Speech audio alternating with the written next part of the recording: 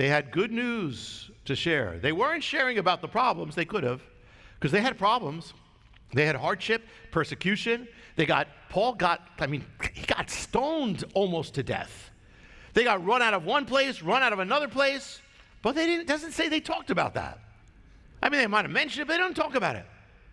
You see, when we come home to heaven, we won't be dwelling on all the problems you had.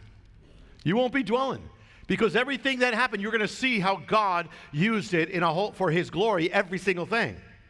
So you're not going to be dwelling, you're not going to be complaining in heaven. I mean, if you're in hell, you can complain. In heaven, you're not going to complain.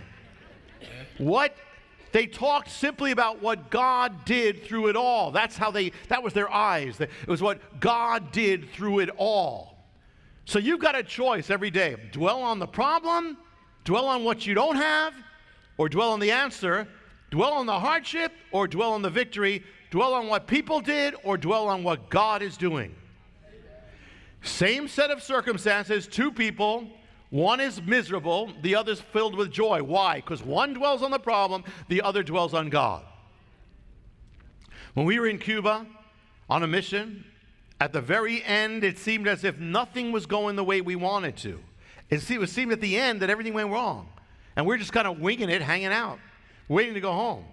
But I remember the moment I left the pavement and I stepped into that airplane in Cuba, something came over me. It was the Spirit. It was like all of a sudden I saw everything, like the glory of what God did. And I realized every moment was the step of God. And it was beautiful. It was like everything woven together. And when we got home, things were confirmed. And it was an amazing, awesome journey. So many incredible Book of Acts experience. That's where, when you hear me talk about the story of the man on the mountain and the plate that struck the head of the idol, that's where that happened. That was where there was a drought there. I sounded the shofar. The moment I did, the heavens opened up. God did. We're just like, what's God doing?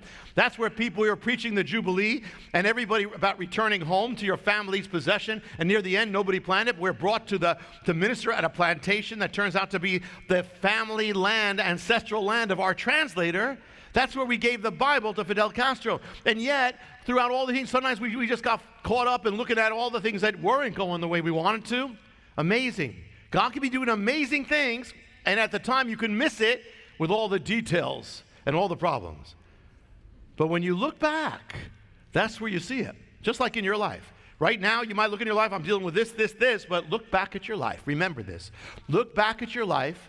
If you've been in the Lord long enough, look back at your life, and it is a miracle for God to have taken you from there to where you are now. That's the big picture.